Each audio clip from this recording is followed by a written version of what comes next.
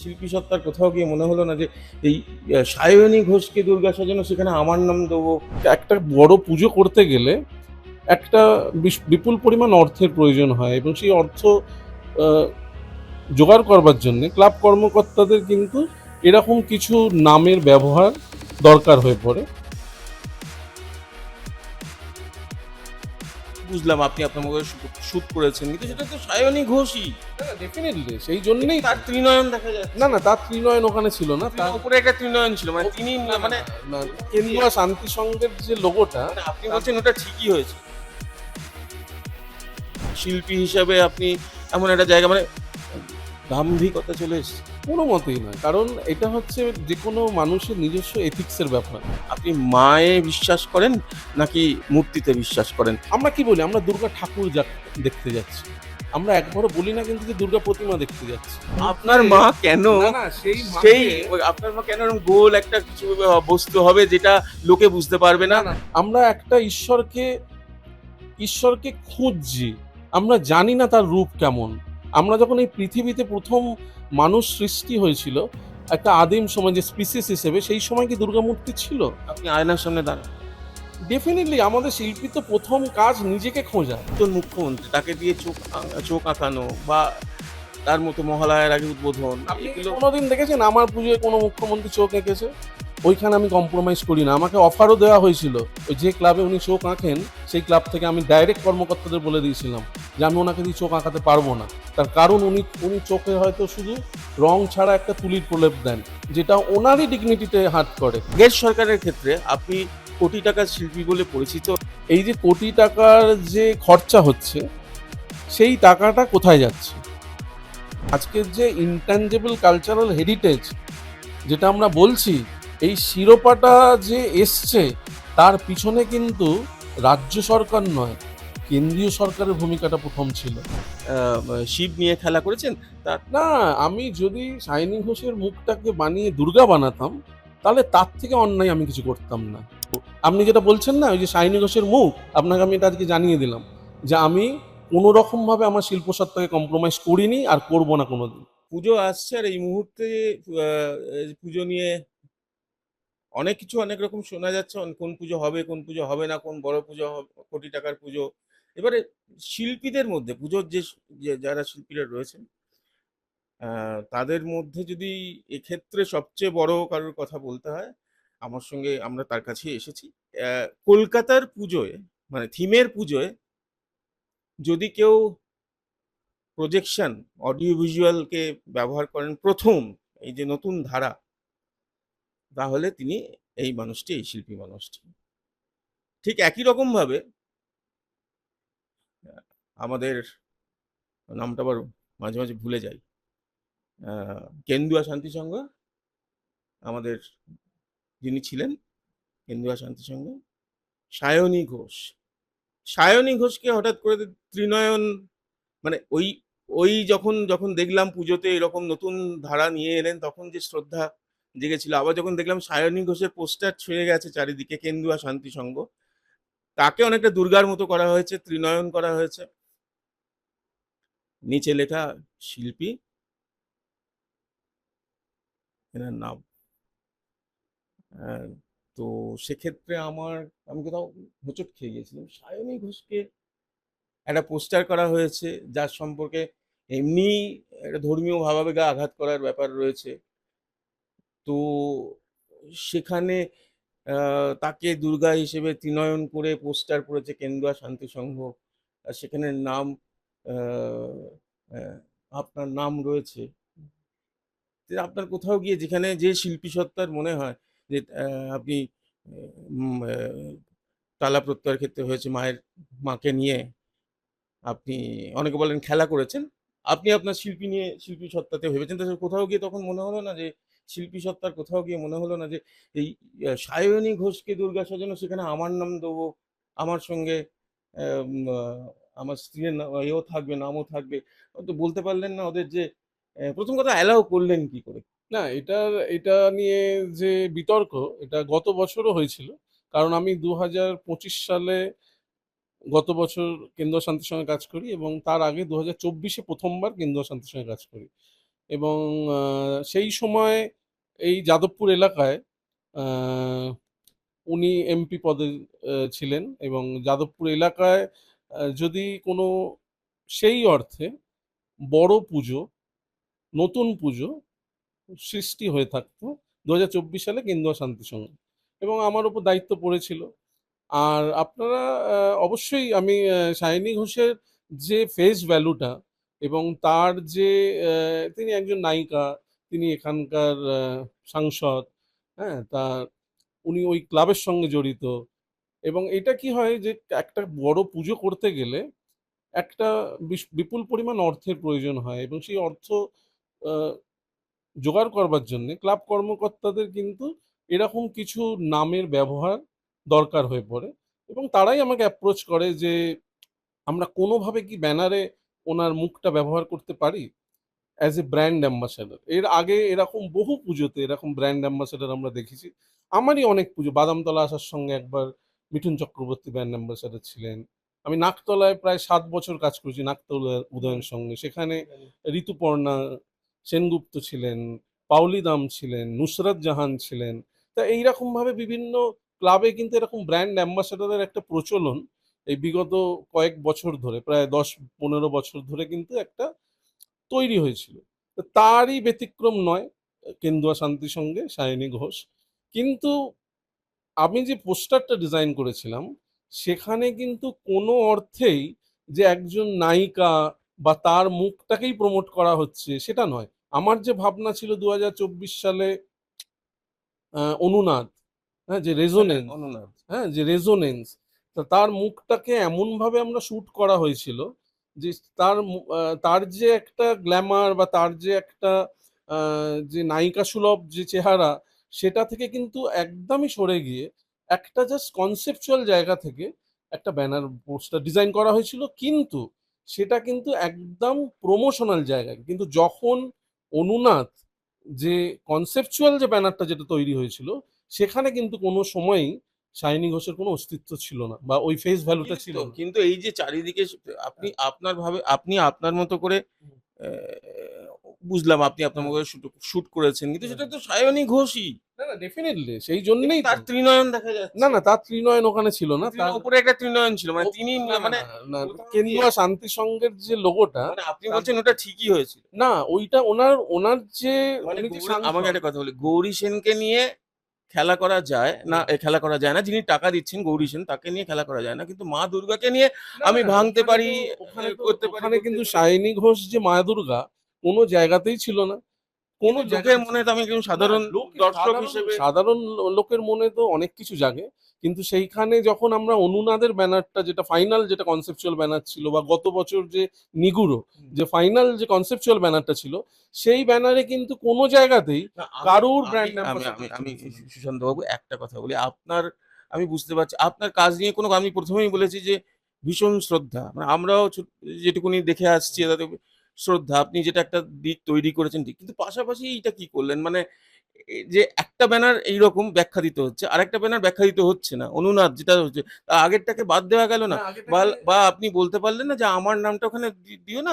ঠিক আছে, বুঝতে পারছি যে এটা তো এক্সপেক্ট করা যেতে পারে। না, না, এটা দেখুন, একটা যেহেতু ক্লাবের সঙ্গে আমরা চুক্তিবদ্ধ হই, এবার ক্লাবেরও নিজস্ব কিছু একটা মানে কি বলবো যে একটা ফর্মুলা, বা একটা কিভাবে ওরা অতটা অর্থ সংস্থান তৈরি করবেন, একটা সংযোগ করবেন, কিভাবে এতগুলো মানুষের কর্মসংস্থানকে কেন্দ্র করে যে দুর্গাপুজো আজকে জায়গা গেছে, সেইটাকে করতে গেলে এরকম কারুর একটা ব্র্যান্ড ভ্যালু ব্যবহার করেছে। সেটা আমি আগেও বললাম যে মিঠুন চক্রবর্তীর ব্যবহার করা হয়েছে, নুসরাত জাহানের করা হয়েছে, পাওলি দামের করা হয়েছে, অপরাজিতা আড্ডের করা হয়েছে, ঋতুপর্ণা সেনগুপ্তর করা হয়েছে, সেই রকমই একজন। কিন্তু এটার যে পুজোর সঙ্গে এটার কিন্তু কোনো রকম ভাবে যোগাযোগ ছিল না, কারণ সেটা ফাইনাল যে কনসেপচুয়াল ব্যানারটা, বা যেখানে আমরা যে থিমটা যেখানে ডিসক্লোজ পুজোর সঙ্গে করছি। একটা জায়গাতেই যোগাযোগ ছিল। কোনটা? আমি কেন্দুয়া শান্তি সংঘ মেনে নিলাম। হুম, সেটা একটা পুজো হয় বা হুম, কার পুজো না পুজো। হুম, কিন্তু এই যে নামটা, শিল্পীর নাম, হুম, সুশান্ত শিবানী হুম, পাল, হুম। এইটা কিন্তু একটা পুজোর সংযোগ, ব্রিজ যেটা হ্যাঁ, হচ্ছে সেটা ছিল। সেটা তো থাকবেই, মানে না আপনার হলে কোথাও গিয়ে মনে হয়নি যে না এটা না করলেই হতো? আমার, তাহলে তো আমি অনুনাদ ব্যানারের মধ্যেই ওনার মুখটা দিতে পারতাম। আমি তো সেখানে আমি আমি যখন আমার সঙ্গে চুক্তিবদ্ধ হয়েছিল, আমি তখনই বলে দিয়েছিলাম যে আমি কারোর ওই রকম ফেস ভ্যালু কিন্তু আমার কনসেপচুয়াল জায়গার মধ্যে থাকবে না। এবং যখন আমরা কোনো ক্লাবের সঙ্গেও চুক্তিবদ্ধ হই, সেখানে একদম খুব হার্ড অ্যান্ড ফার্স্ট রুলস হুম। যে আমার যে পুজো এরিনা থাকবে, সেই এরিনার মধ্যে কিন্তু কোনো রকম ভাবে কোনো অ্যাডভার্টাইজমেন্ট ব্যানারও লাগানো যাবে না। হ্যাঁ, এইখানেও আমি আসছি, আমি গেল ওই প্রসঙ্গ গেল, এখানে আসছি। শিল্পী হিসাবে আপনি খুব কড়া, হুম। এবং অনেক ক্ষেত্রে প্রথম দিকে হয়েছে, পরের দিকে আমরা জানি যে মিডিয়ার সঙ্গেও কথাবার্তা বলার ক্ষেত্রে আপনার একটা উন্নাসিক ব্যাপার এবং একটা অ্যাটিটিউড বা এগুলো দেখা গিয়েছে, এবং খুব কড়া। আমরা এরকমও কথা শুনেছি, হাতিবাগান সর্বজনীনের পুজো করতে গিয়ে, পুজোর যে ওখানে মানে বেশ কিছু অভিযোগ এসছে, আপনি বলেছেন যে না এখানে লাইট করা যাবে না, এখানে করা যাবে না, খুব কড়া ভাবে এগুলো করা। তো এটা কি সত্যি? এগুলো কি সত্যি মনে না, হয়? দেখুন আমাদের মানে আপনার কোথাও কোথাও গিয়ে কখনো নিজের কি ডেভেলপমেন্ট হয়েছে? আজকে সুশান্ত পাল, প্রথম দিকে সুশান্ত পাল, মধ্যিখানে সুশান্ত পাল, কোথাও গিয়ে কি মনে হয়েছে যে শিল্পী হিসাবে আপনি এমন একটা জায়গা, মানে উম, দাম্ভিকতা চলে এসছে? কোনো মতেই নয়। কারণ এটা হচ্ছে যেকোনো মানুষের নিজস্ব এথিক্সের ব্যাপার। হ্যাঁ? এবং একজন শিল্পী, তার কাছে যদি তার শিল্প সত্তাটা এবং তার এথিক্সটা যদি ঠিকঠাক না থাকে, তাহলে তো আমি বলব সে শিল্পীই নয়। কারণ তাহলে তো সে যদি কম্প্রোমাইজ করতে শুরু করে বিভিন্ন ক্ষেত্রে, সেই জন্যে তাহলে তো সে ওই শিল্প সত্তার জার্নিটার মধ্যেই থাকবে না। আপনি যেটা বলছেন যে বিভিন্ন সময় অনেক সংবাদ মাধ্যমের যারা রিপোর্টার আসে, তাকে আমি একদম মহালয়ের আগে, মানে যখন আমার পুরো কাজটা যতক্ষণ না শেষ হয়, তার আগে আমি তাদেরকে কোনো কিছু শুট করতে দিই না। তার সেটা কারণ তো উচিতও নয়। সেটা উচিত নয়। কিন্তু যা এখন ধরুন যেভাবে মিডিয়া বা যেভাবে সোশ্যাল মিডিয়া বা ব্লগাররা যেভাবে রয়েছে, তারা তারা একটা সামান্যভাবে একটা কাজের অংশ দেখিয়ে তাদের ভিউজ বাড়াতে চায়। কিন্তু আমি সেটা করতে চাই না। তার কারণ হচ্ছে আমার মনে হয় যতক্ষণ না একটা একটা মানে কনসেপ্ট পুরোপুরি রূপ পাচ্ছে, তার মধ্যে যতক্ষণ না আলোটা ফাইনালাইজ হচ্ছে, যতক্ষণ না শব্দটা চলছে, ততক্ষণ কিন্তু ওই ভাবনাটা তার মধ্যে ফুটে ওঠে না। সেই কারণেই আমি কিন্তু যতক্ষণ না আমার পুজোটা ওপেন হচ্ছে, তার আগে আমি কোনো মিডিয়াকেই অ্যালাউ করি না। তো সেটা হয়তো কারুর মনে হতে পারে যে উনি খুব ঔদ্ধত্য দেখাচ্ছেন, কিন্তু এটা ঔদ্ধত্য নয়, এটা একদম শিল্পীর নিজস্ব স্বাধীনতা। যে আমার যে মাতৃগর্ভে যে সন্তান জন্ম নিচ্ছে, সেটাকে কিন্তু মানে আগে থেকে, যেটা বলে না যে ভ্রূণ নির্ধারণ করা হুম, হুম। কিন্তু অন্যায়, সেরকম শিল্পীরও ভ্রূণ নির্ধারণ, মানে আমি কি তৈরি করছি সেটাও কিন্তু দেখাটা, কারণ ওটা আমার একটা জার্নি, ওটা আমার একটা যন্ত্রণা, ওইটা আমার মধ্যেই থাকে। আপনি গর্ভের কথা বললেন, হ্যাঁ। খুব বড় কথা। আপনি মায়ে বিশ্বাস করেন নাকি মূর্তিতে বিশ্বাস করেন? কারণ টালা প্রত্যয়ে যে মূর্তি আপনি করেছেন, তাকে অনেকেই বলেছে যে মা, মা বলা যায় না। আ মাতৃভাব, পুজো করার যে ভাব, সেটা করা যায় না। বস্তুত এটাও ঘটনা যে এখন মূর্তিকে আলাদা করে দেখাতে হয়, আলাদা করে প্রতিমা পুজো হয়। কেন সেই মূর্তিকেই পুজো করা যাবে না? বা ১০ হাত থেকে ২ হাত হলো, যে নিয়ে টালা প্রত্যয় এত আ আ গোলমাল হলো। আপনি কি মাকে মা বলে মনে করেন, না মূর্তি হিসেবে মনে করেন? না, টালা প্রত্যয় কোনোদিনই ১০ হাতের প্রতিমা ২ হাত হয়নি। আর ডালা প্রত্যয় কেন, আমি না, ২০০০ না, যে প্রতিমাটা নিয়ে খুব বিতর্ক। কোনোদিনই তা ১০ হাতেই ছিল, ১০টা হাতি ছিল, কোনোদিনই ২টো হাতের প্রতিমা আমি বানাইনি। মানে এবং কিন্তু আপনি যদি বলেন যে ভারতবর্ষে কি ৪ হাতের দুর্গা নেই, ভারতবর্ষে কি ৬ হাতের দুর্গা নেই, ৮ হাতের দুর্গা নেই, ১৮ হাতের দুর্গা নেই, বিভিন্ন কি হাতের হয়েছে? দুর্গা আছে। এটা শিল্পীর কি ভুল হয় না? শুনুন, কোনটা? শিল্পীর কি ভুল হয় না? মানে ডেফিনিটলি শিল্পী। আপনি করলেন, একরকম ভাবলেন, হ্যাঁ। তারপরে দেখলেন যে এটা হলো না। মানে এটা ঠিক হলো না। সেটা কি মনে না, হয়নি? না, এটা হলো না। যদি সেই শিল্পী তার নিজের কাছে কনভিন্স না হতে পারে, আপনি আয়নার সামনে দাঁড়ান। ডেফিনিটলি আমাদের শিল্পীর তো প্রথম কাজ নিজেকে খোঁজা। এবং সেইটা খুঁজতে গেলে প্রথম হচ্ছে যে আপনি আয়নার সামনে নিজেকে দেখতে পাচ্ছেন কিনা। এবং আমি যে শিল্পটা করছি, সেটা কিন্তু আমার যে যাপন, আমার যে ভাবনা, আমার যে চিন্তা ভাবনা শিল্প সম্পর্কে বা দুর্গা সম্পর্কে, তারই কিন্তু রিফ্লেকশন। আমি ছোট করেই চলে আসছি। তাহলে সায়ানী ঘোষের ক্ষেত্রেও আপনার শিল্পসত্তা কি বলছে? আর প্রত্যয়ের ক্ষেত্রেও যে মূর্তি নিয়ে বিতর্ক, যে শিল্পসত্তা কি বলছে? আপনি ঠিক করেছেন না ভুল করেছেন? আমি শাইনি ঘোষের যে মুখটা আপনি যেটা বলছেন, সেটা কিন্তু বাণিজ্যিক কারণে ব্যবহার করা হয়েছে। তার সঙ্গে দুর্গাপুজোর কোনো সম্পর্ক নেই। দুর্গাপুজোর মানুষ তো বাণিজ্যিকরণ দেখছে যে মানুষ দেখছে, কিন্তু মানুষ যখন দেখছে, মানুষেরই তো পুজো। মানুষের জন্যই তো পুজো। এবং মানুষ যখন দেখছে যে প্রথম ব্যানারটা শাইনি ঘোষ হলো, যখন অনুনাদ এলো তখন সে নেই, তখনও তো মানুষের মধ্যে একটা কোশ্চেন জাগা উচিত, তাহলে শাইনি ঘোষ কোথায় গেল বা কেনই ব্যবহার হয়েছিল। হ্যাঁ? তো সুতরাং কখন কাকে কিভাবে কোন সময় কোন পরিপ্রেক্ষিতে ব্যবহার করা হচ্ছে তার পিছনে কিন্তু যুক্তি থাকে। এই প্রথমেই কিন্তু মনে হবে সায়নী ঘোষের ছবি থাকলে তো এতে মনে হবে এই কোন শিল্পী করেছে, যিনি কিনা শিব নিয়ে খেলা করেছেন তার। না, আমি যদি শাইনি ঘোষের মুখটাকে বানিয়ে দুর্গা বানাতাম তাহলে তার থেকে অন্যায় আমি কিছু করতাম না, তার থেকে আর বড় অন্যায় কিছু হতো না। আমি যদি অনুনাদের ব্যানারে শাইনি ঘোষের মুখটা ব্যবহার করতাম তাহলে কিন্তু আমি আমার নিজের কাছে কম্প্রোমাইজ করতাম। বুঝতে পেরেছি, ক্লিয়ার। এরপরে ওই যেটা বলছিলাম যে তালাপত্তরের যে মূর্তি প্রতিমা যেটা। আমি আমি 2024-এ কলকাতা শহরে 3টে কাজ করি। একটা হচ্ছে বিহীন তালাপত্তা, একটা হচ্ছে প্রকরণ হাতিবাগান সার্বজনীন, হ্যাঁ। আর একটা হচ্ছে অনুনাদ আমার এই কেন্দ্র শান্তি সংঘ। কিন্তু টালাপ্রত্যয় যখন আমি বিহীন যে ওই নিরাকার সত্তার মধ্যে দুর্গাকে খুঁজতে গেলাম, ওইখানে হয়তো ওই দুর্গার চিরাচরিত অবয়বটা ছিল না, কিন্তু একটা গোলাকৃতি কোনো একটা অবয়ব যেখানে দুর্গার মাতৃ মুখটা ছিল, এবং 10টা হাতই ওখানে মানে এমনভাবে কম্পোজ করা ছিল, 10টা হাতে 10টা অস্ত্র ছিল, নিচে মহিষাসুরের জায়গায় একটা আপনার মহিষের মাথা ছিল, এবং হ্যাঁ, এবং বাকি যে লক্ষ্মী সরস্বতী গণেশ কার্তিক সব কটাই ওই কম্পোজিশনের মধ্যে ছিল। কিন্তু ওখানে মানুষ যখন ওই প্রায় 1.5 থেকে 2 কিলোমিটার একটা জার্নির মধ্যে দিয়ে গিয়ে কিছুই দেখতে পাচ্ছে না, সেখানে গিয়ে একটা হরাইজনের মধ্যে দিয়ে যখন নিচে ওই গর্ভগৃহে যাচ্ছে একটা প্রায় ব্ল্যাক হোলের মধ্যে, সেখানে হয়তো ওই দুর্গার অবয়বটা ছিল না, কিন্তু দুর্গার যে প্রাণশক্তিটা ওখানে সব থেকে বেশি মানুষ কিন্তু উপলব্ধি করেছে। যারা যারা ওই ভিড়ের মধ্যে নয়, যারা ধরুন ওই পুজো শুরু হবার আগে যে পুজো দেখার একটা প্রক্রিয়া ছিল, কারণ এই ধরনের পুজোগুলো দেখতে গেলে বা উপলব্ধি করতে গেলে একটু নিরিবিলিতে একটু মানে একা সেটা তো জায়গায়, হয় না, তাতে তো পাবলিকের কোনো দোষ নেই। না দোষ নেই তো, আর কিন্তু টিকিট সেই কেটে ঢুকে, জন্যই তো। টিকিট কেটে ঢুকলে তখন হয়তো নিরিবিলি করে দেওয়া হয়, না কিন্তু না, যারা কিন্তু যারা পরের দিকে। হ্যাঁ, কিন্তু এই যে টিকিট কেটে যে কেন মানুষ ঢুকছে, আর টিকিট কেটে কেন মানে ঢোকাটা খুব ইম্পর্টেন্ট দুর্গাপুজোর ক্ষেত্রে, আজকের দুর্গাপুজোর ক্ষেত্রে। আমি আজ থেকে 25 বছর আগে বা 50 বছর আগে যে দুর্গাপুজো হচ্ছিল সেটার কথা বলছি না।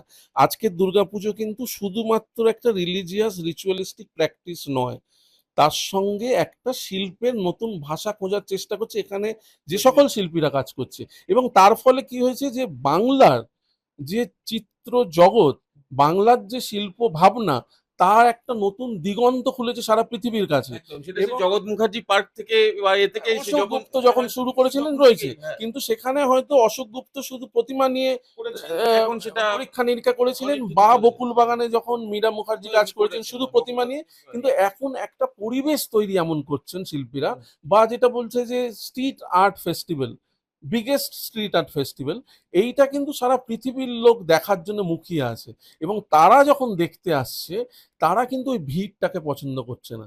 হ্যাঁ, আর আজকের যদি বলেন যে আজকের এই সমকালীন সময়ে দাঁড়িয়ে আপনি যদি এই মুহূর্তে দক্ষিণেশ্বরের কালীর দর্শন করতে চান, যদি সাধারণভাবে দর্শন করতে চান, আপনি একটা লাইন দিয়ে যেতে হবে।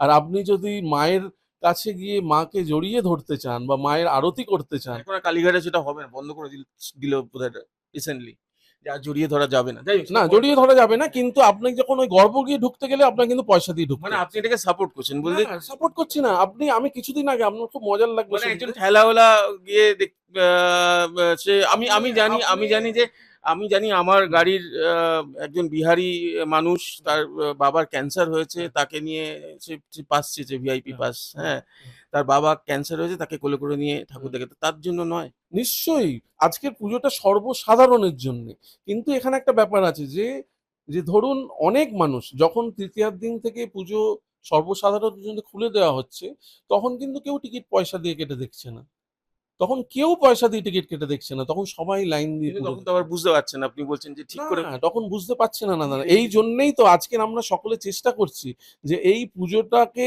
কিভাবে সারা পৃথিবীর লোককে দেখাতে গেলে কি কি ভাবে মানুষের কাছে নিয়ে যেতে হবে, এটার জন্য সরকারকেও দায়িত্ব নিতে হবে, আমরা যারা পুজোর সঙ্গে যুক্ত সংগঠকরা আছে সবাই মিলে, যাতে আমাদের এই বাংলার যে শিল্প সুষমাটা বা এই যে শিল্পের একটা নতুন ধারা তৈরি হচ্ছে পুজোটাকে কেন্দ্র করে, তাহলে সেটা কিভাবে মানুষের কাছে পৌঁছে নিয়ে যেতে পারি? এবারে আমি চলে আসি নতুন সরকারের কথা যখন এলোই, আমি চলে আসি কথায় কথা আপনার সঙ্গে আসলে অনেক কথা সত্যিকারের অনেকের কথা অনেকের জানার অনেকের কথা শুনেছি আপনার সম্পর্কে জানার ইচ্ছা আছে তাদের, প্রশ্ন আছে, অভিযোগ আছে। তেমনি আমারও আছে। তো নতুন সরকার এলো।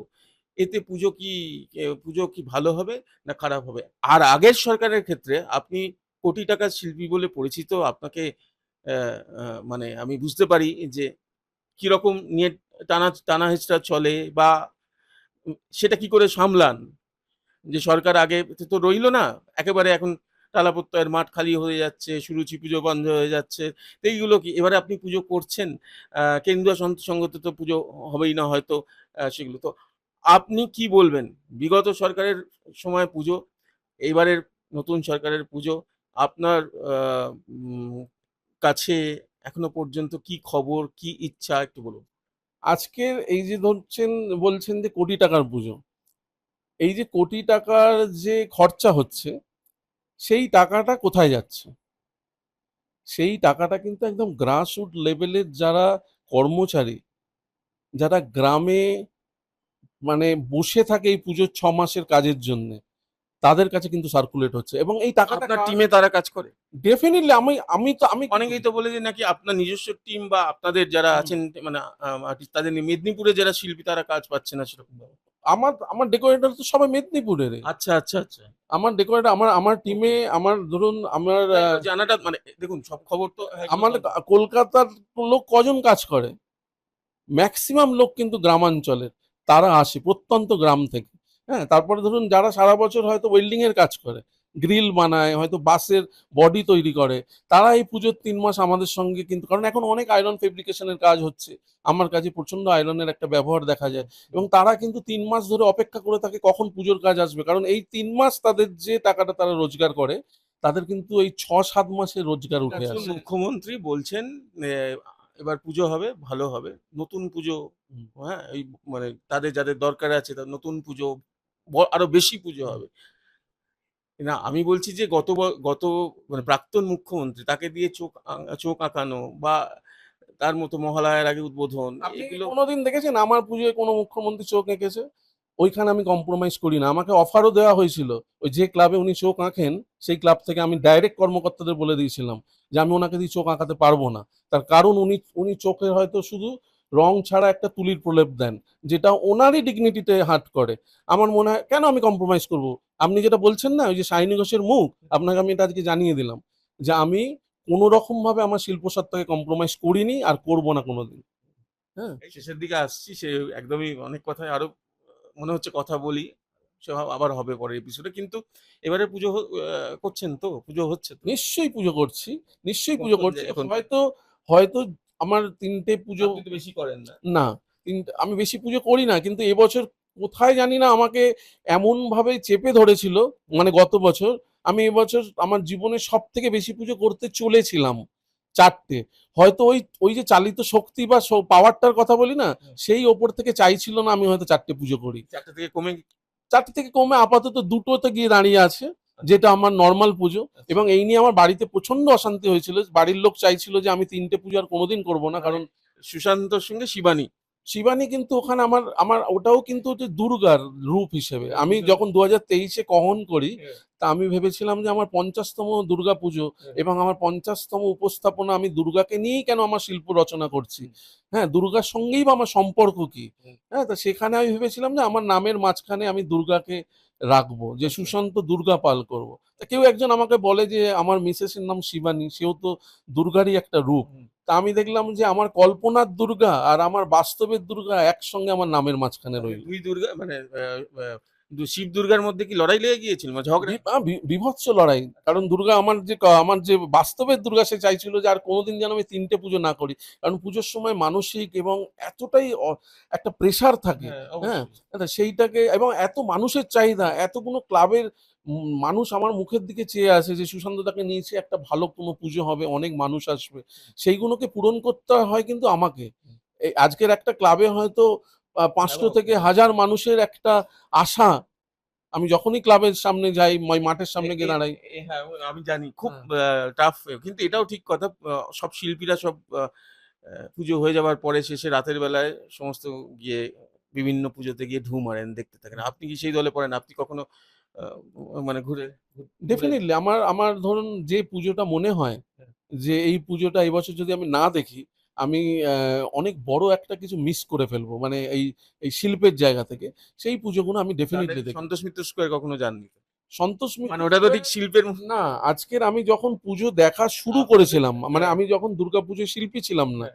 তখন কিন্তু মানে আমি স্কুলে পড়ছি, কলেজে পড়ছি, বাবার হাত ধরে ঠাকুর দেখছি। দক্ষিণ কলকাতা একদিন, উত্তর কলকাতা একদিন, মোহাম্মদ আলী পার্কে ঠাকুর দেখতে গিয়ে আমার জুতো হারিয়ে গেল, এত ভিড়।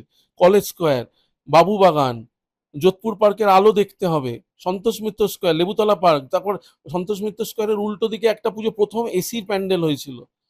এগুলো কি দেখেন? মানে আমার যেটা ধারণা, না, অনেকে যেটা এখন হয়তো দেখার সময় হয় না। সময় হয় না, মানে এখন সময় হয় না, কিন্তু তার মনে হয় কারণ, কি ওই ওই সন্তোষ মিত্র স্কোয়ারে ওখানে তো ঠিক শিল্পটা ঠিকভাবে হয় না। না না না না না, ওরকম শিল্প, কিছু ব্যাপার না। শিল্পটা কি, শিল্পটা কি, শিল্পের ডেফিনেশন কিন্তু আপনার কাছে একরকম, আমার কাছে মানে একরকম। আমি জানতে চাইছি যে মানে এটা আমি আমার নিজের ভালো ওইটা লাগে। ওই, আমার নিজের ভালো লাগে, মানে এই যে ওই যে লাইট আলো জ্বলবে, অন্যরকম হবে, বেশ ঝকমকে, যেটা আপনি ব্যবহার করেছেন অডিও ভিজুয়াল ইয়ে দেখা যাবে, মানে প্রজেকশন থাকবে, এগুলো হবে, ভয়েস ওভার শোনা শোনা যাবে কিছুটা হয়তো এদিক ওদিক। কিন্তু এটাও তো পুজো। মানে আমার শেষ প্রশ্ন এটাই হবে যে ধরুন একটা খুব বড় সড়ো থিমের পুজো হচ্ছে, আর পাশাপাশি আরেকটা জায়গায় একেবারে সেই পুরনো যে আমরা ছবিগুলো দেখতে পাই না, যে একদম পংক্তি ভোজন হচ্ছে, এমনি এই আলো রয়েছে, যে আলো, সেই আলোতে মা দাঁড়িয়ে রয়েছেন। কোন পুজোটায় আপনি সময় পেয়েছেন একটাই পুজো যাওয়ার, কোন পুজোটায় আপনি যাবেন? আমি ডেফিনেটলি যদি ওই যে কনসেপচুয়াল পুজোটাতে যদি এমন কিছু থাকে যেখানে গিয়ে আমি ওই দুর্গার খোঁজটা পাবো, আমি সেখানে যাব। আর যেখানে গিয়ে শুধুমাত্র ওই অবয়বটাকে দেখতে পাবো, আমি আর কিন্তু ওই অবয়বটার থেকে হয়তো বাহ্যিক আড়ম্বর অনেক বেশি সেখানে। হ্যাঁ, মানে আজকের আমি অনেক পুজো হয় যেখানে কিন্তু সেটাকে মার্কেটিং এর মতো ব্যবহার করা হয়, সেখানে অনেক অনেক ফুড স্টল থাকে, অনেক কর্পোরেটের অ্যাডভার্টাইজমেন্ট থাকে। আমি দেখেছি এমন, এরকম অনেক পুজো যেখানে খুব ট্র্যাডিশনাল একটা সুন্দর প্রতিমা, কিন্তু সেই প্রতিমার সামনে আরতি হচ্ছে, কিন্তু তার সামনে যে দুখানা পিলার ডিজাইন করা রয়েছে, সেই পিলারের মধ্যে খুব বড় বড় করে হয়তো কোনো জুয়েলারির অ্যাডভার্টাইজমেন্ট ঝুলছে। তাহলে আমি যখন ওই মাতৃমূর্তিকে দেখতে যাচ্ছি, ওই জুয়েলারির অ্যাডটা আমার মধ্যে ওই ভক্তি সঞ্চারটাকে কতটা আঘাত করছে, করছে কিনা, ভিজুয়ালি তো হ্যাঁ, করছে। 100%। হ্যাঁ, তা হ্যাঁ। সুতরাং আমার কাছে সেই পুজোটাই পুজো, যার মধ্যে কিন্তু ওই ওই একটা মাতৃ চেতনা, ওই মাতৃ শক্তির জাগরণ থাকবে, তার মধ্যে কোনো পুতুল ভাব থাকবে না, তার মধ্যে কোনো আহ, আহ, বাহ্যিক আড়ম্বর থাকবে না, তার মধ্যে কোনো গিমিক থাকবে না, সেইরাম একটা পুজো। দীর্ঘ অনেকটাই কথা হয়ে গেল, আমরা যদি শেষ করি। সুশান্ত পাল কিন্তু শান্তভাবে শেষে যেটা বললেন সেটা হচ্ছে, এমন পুজোতে যাব যে পুজোতে শুধু পুতুল থাকবে না, যে পুজো প্রতিমার মধ্যে মা থাকবেন, মাতৃশক্তি থাকবেন, এরকম পুজো আমার পছন্দের পুজো। এই পুজোটাই তো আমাদের সবার পছন্দের পুজো। এটা আর আর এবার আজকের আজকে কলকাতা শহরের পুজো কিন্তু শুধু থিমের পুজো নয়, এটা একটা ক্লাস্টার, যেখানে বনেদি বাড়ির পুজো আছে, যেখানে ফ্ল্যাট বাড়ির পুজো আছে, যেখানে আমার পাড়ার পুজোয় একটা শুধু কাপড়ের কুচির প্যান্ডেল হয়, একটা প্রতিমা নিয়ে এসে, কিন্তু ওই পুজোটা কি হয় যে পুরো পুজোর 4 দিন পুরো পাড়ার লোক এক জায়গায় বসে খাওয়া হয়, এই যে আপনি আনন্দ। মানে আপনি এটাও এ করেন। আমি তো আমি আমি আমি যখন কসবায় থাকতাম আমার বাড়ির সামনে পুজো হতো, কিন্তু এই আনন্দটা আমি পেতাম না, কিন্তু আমি যখন এই বাঘাযতীনে এলাম, আমার এই পাড়ায় যে পুজোটা হয়, পুজোর 4 দিন আমি দুপুরবেলা এখানেই খাই। তাহলে বুঝতেই পারছেন যে আপনারা জানি হয়তো অনেকেই টালা প্রত্যয়, সায়নী ঘোষ, এই প্রশ্নগুলো তা আপনাদের সেই মনেও ছিল। প্রশ্নের উত্তর মনে হয় পেয়ে গেছেন।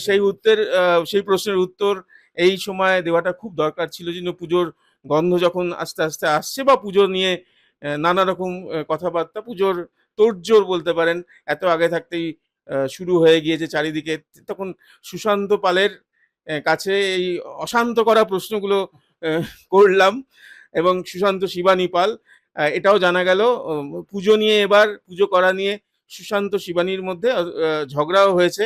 জানি না এবারে পোস্টারে সুশান্ত শিবানী পাল আর লেখা থাকবে ডেফিনেটলি থাকবে, থাকবে, কারণ কিন্তু সেই ঝগড়া আমি জাস্ট না, না, করছি। মানে ওই যে বললাম না যে আমি হ্যাঁ, যে শক্তিটাকে বিশ্বাস করি, সেই হ্যাঁ, শক্তিটাই হয়তো চাইছিল না যে, যে আমি ৪টে পুজো করি। আচ্ছা, এবং সেই আমার পুজোর সংখ্যা দেখুন কিভাবে একটা হয়, এবং আমি এটা না, আমি এই যে আমি সবকিছু মনে করি না কোনো জায়গায় লেখা থাকে। আপনি জয় মা দুর্গা এক বলেন? জয় মা দুর্গা বলতে হবেই কি? না, না, তা নয়। আমি তাহলে আমরা একসঙ্গে এটা বলেই শেষ করব। না, জয় মা না, দুর্গা। আমরা আমরা যেটা বলি জয় দুর্গা। জয় দুর্গা। জয় দুর্গা, এবং দুর্গাপুজো কলকাতা নয়, বাংলার একটা ঐতিহ্য, বাংলার একটা অস্তিত্ব, বাংলার একটা নতুন শিল্পের ভাষা। এবং আমি খুবই আশাবাদী নতুন সরকারের কাছে যে এটা তারা আরো দৃঢ়ভাবে, এবং এটা এটা কিন্তু আপনি জানলে খুশি হবেন, আজকের যে ইনট্যাঞ্জেবল কালচারাল হেরিটেজ যেটা আমরা বলছি, এই শিরোপাটা যে এসছে, তার পিছনে কিন্তু রাজ্য সরকার নয়, কেন্দ্রীয় সরকারের ভূমিকাটা প্রথম ছিল। কারণ যে তপোতিদি যে প্রজেক্টটা নিয়ে তার আমাদের সঙ্গে উনি যোগাযোগ করেছিলেন কর্মকর্তাদের কাছে। উনি মানে ২০০১ থেকে মনে হয় কলকাতার পুজোর সঙ্গে যুক্ত রয়েছেন, ওনার একটা বইও রয়েছে কলকাতার পুজো নিয়ে। তা সেই যে প্রজেক্টটা যে পার্সিউ হয়েছিল, সেটা কিন্তু কেন্দ্রীয় সরকারের থ্রু দিয়ে। হ্যাঁ? তো সুতরাং আমার তো মনে হয় যে এই সরকার কলকাতার দুর্গাপুজোকে সারা পৃথিবীর কাছে আরো দৃঢ়ভাবে নিয়ে যাবে। তাহলে জয় মা দুর্গাই বলি? জয় দুর্গা, জয় মা দুর্গা? জয় দুর্গা। জয় মা দুর্গা? মা তো থাকছেই দুর্গার সঙ্গে। আচ্ছা। মা তো দুর্গা বললেই তো মা থাকছে তার সঙ্গে। আচ্ছা, হ্যাঁ? ঠিক আছে। আর আমার মনে হয় কি বলুন তো, আজকের আমরা 21st সেঞ্চুরিতে আমরা আ বসে আছি। সেখানে ধর্ম নিয়ে আলোচনা করছি। এখানে সবার আগে যেটা আলোচনা করা উচিত, মানুষের ধর্ম নিয়ে। মানুষ শেষ কথা, এবং এটা আমার আপনার কথা ২১ শতকের নয়, না, এটা স্বামী বিবেকানন্দের কথা। exactly। মানুষ ধর্মই শ্রেষ্ঠ ধর্ম। এবং আমি এই থেকেই বলি যে পুজোটাও কিন্তু পাবলিকের পুজো, মানুষের পুজো, মানুষের মানুষের জন্য পুজো। পুজো, পাবলিক কথাটা আমি ইচ্ছে করেই ব্যবহার মানুষের করলাম। দ্বারা তৈরি একটা পুজো। মানুষই তৈরি করছে, মানুষের জন্যে করছে।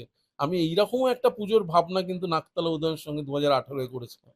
যে মানুষই প্রতিমাটাকে তৈরি করলো, মানুষই তাকে পুজো করছে, মানুষই তাকে দেখতে আসছে। আবার মানুষই তাকে সাজাচ্ছে। হ্যাঁ? তার মানে মানুষই কিন্তু আল্টিমেট। পুজোর ঢাকের আওয়াজ আপনারা ব্যাকগ্রাউন্ডে শুনতে পাচ্ছেন মনে হচ্ছে। যাই হোক, আহ, এখানেই ইন্টারভিউটা শেষ করছি এই আশা নিয়ে যে পরিবর্তনের পুজো আরো ভালো হবে। যেমন শিল্পী বললেন, কোট আনকোট কোটি টাকার শিল্পী আহ, যা বললেন, তাতে কিন্তু পুজো আরো ভালো হবে, আরো নতুন নতুন পুজো নতুন ভাবে উঠে আসবে, এবং সবটাই মানুষের পুজো হবে। রিক্তমের সঙ্গে প্রীতম দে, এই সময় লাইভ।